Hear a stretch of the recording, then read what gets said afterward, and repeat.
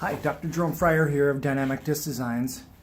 Wanted to share with you a concept that's important for all humans to understand regarding movements first thing in the morning upon rising. Often patients will explain to me that their backs become symptomatic after events upon rising or within the first 30 minutes.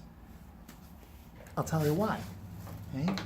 The intervertebral discs are the main hydraulic structures that keep the vertebrae separated.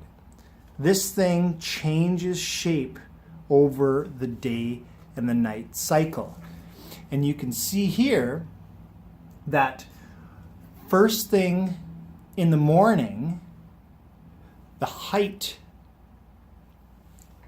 is reduced significantly. So this graph is a measure of the millimeters in height over time, over a 24-hour period.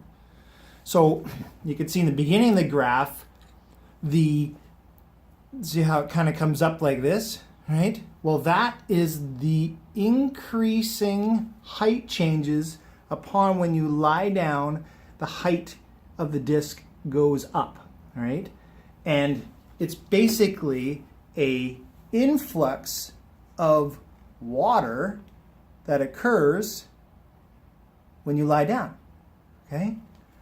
So the spacing the increased spacing happens relatively quickly, right? So over the course of the night, the disc fills hydraulically with water, and when you have an 8-hour period, for example, it's quite plump in there. So there's quite a bit of hydrostatic pressure in there.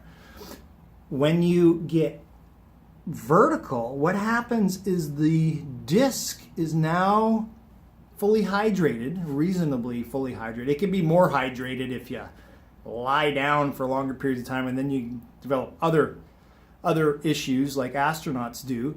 But what happens is the disc loses its height pretty quickly first thing in the morning. So it loses its height kind of fast. So there is less stiffness associated with the spine. So you want to be careful not to bend too quickly in the first 15 minutes.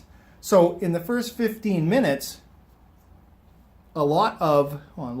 but a significant portion of the water will actually get squeezed out. So you want to be mindful that you load it in neutral. So you don't want to create these bending movements. You want to kind of stay upright if you can, right? And you don't want to kind of get into that bending movement in the first 15 minutes. After that, things are more stable, right? So I hope that's helpful in understanding why you may get symptomatic with a simple event first thing in the morning.